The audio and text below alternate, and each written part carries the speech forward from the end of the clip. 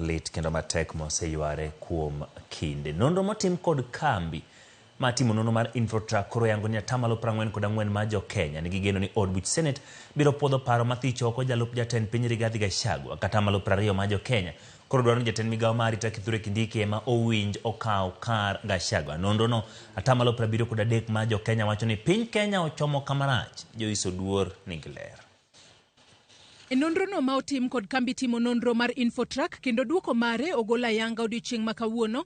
89% mar jokenya mane okaw pachgi e kinde nonro no ong'eyo kendo osebedo kaluwo wach thicho oko e apisi jalup jatend piny Rigathi Gachagua ka 11% mar jogo mane okaw pachgi to kia gimoro amora motudore kod thicho oko jalup jatend piny. And a sizable number of female reported they're not aware of the ongoing impeachment. That's 14% are not aware. Male only 8% says they are not aware.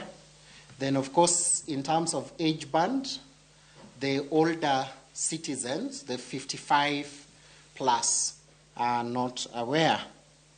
Just 18% of them are not aware. Ekin jogo mong'eyo wach thicho oko jalup jatend piny Rigathi Gachagua 44% mar joma ne INFOTRAK okawo pachgi wacho ni od bura mar senet biro puodho paro mar thicho oko e apisi Rigathi Gachagua ka 30% to paro ni od bura mar senet biro reso Gachagua. Gwenge adek mapachoka moyie ni senet biro kalo bura mar thicho oko jalup jatend piny gin Hoho mar Okak kod 55%, Nairobi gi 52% kod gwenge makadho wath nam chumbi gi 47%. Kamano bende 20% mag joma okaw pachgi wacho ni jatend migawo mar arita Kithure Kindiki ema oromo bedo jalup jatend piny. 5% nowacho ni Anne Waiguru gi Musalia Mudavadi ema owinjo okaw komno. 4% osiro gavana ma Homa Bay Gladys Wanga kod Ndindi Nyoro ka 2% to wacho ni Raila Odinga ema owinjo opong' lemo mar jalup jatend piny kapo ni othich Gachagua oko. What we need to take emphasis here is the 60% of Kenyans who have zero idea. So they've left it to the president to decide.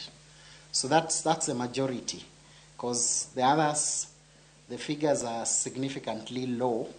And of course you can see majority, apart from Professor Kindiki, majority of them are single digit, between 2 to 5%. Kaluwore kod duoko mar INFOTRAK, jokenya koro dwaro ni jatend migawo mar arita Kithure Kindiki okaw kar Gachagua kaluwore kod lony ma en godo kod kit kaka osetiyo ne jokenya kaka jatend migawo mar arita. And further to ask you, why would you prefer XYZ?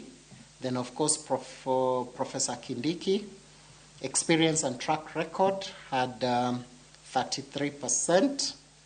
As one of his highest. Then of course competence 28%, integrity and not being corrupt 21%, development conscious person mentioned by 18%. Kambi timo nonro mar INFOTRAK bende okaw pach jopiny ewi kama piny Kenya ochomo, kama 73% mar jokenya owacho ni piny Kenya ochomo kama rach ka 11% owacho ni piny Kenya ochomo kama ber.